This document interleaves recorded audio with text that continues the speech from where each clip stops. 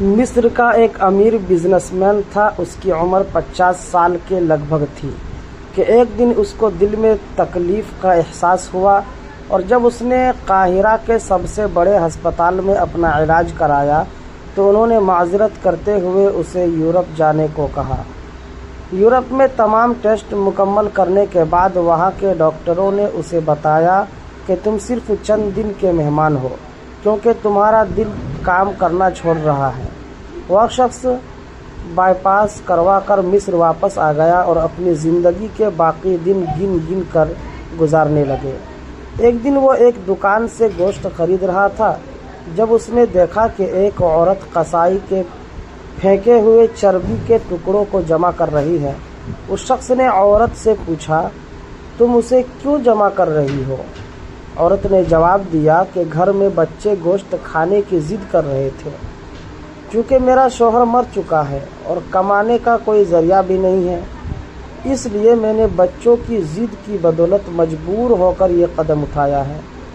اس پھینکی ہوئی چربی کے ساتھ تھوڑا بہت گوشت بھی آ جاتا ہے، جسے صاف کر کے پکا لوں گی۔ بزنس مین کی آنکھوں میں آنسو آ گئے۔ اس نے سوچا، میری اتنی دولت کا مجھے کیا فائدہ؟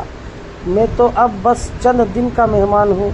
میری دولت کسی غریب کے کام آ جائے، اس سے اچھا اور کیا۔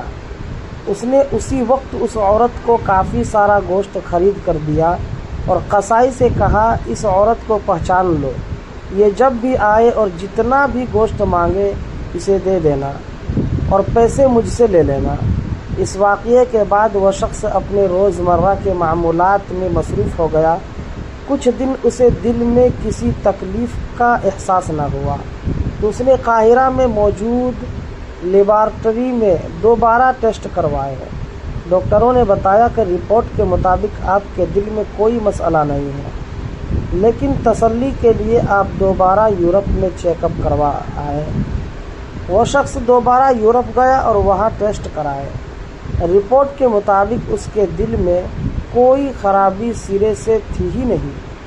ڈاکٹر حیران رہ گئے اور اس سے پوچھا کہ آپ نے ایسا کیا کھایا کہ آپ کی بیماری جڑ سے ختم ہو گئی؟ اسے وہ گوشت والی بیوہ یاد آئی اور اس نے مسکرا کر کہا، علاج وہاں سے ہوا جس پر تم یقین نہیں رکھتے۔ بے شک میرے نبی صلی اللہ علیہ وسلم نے سچ کہا تھا کہ صدقہ ہر بلا کو ٹالتا ہے۔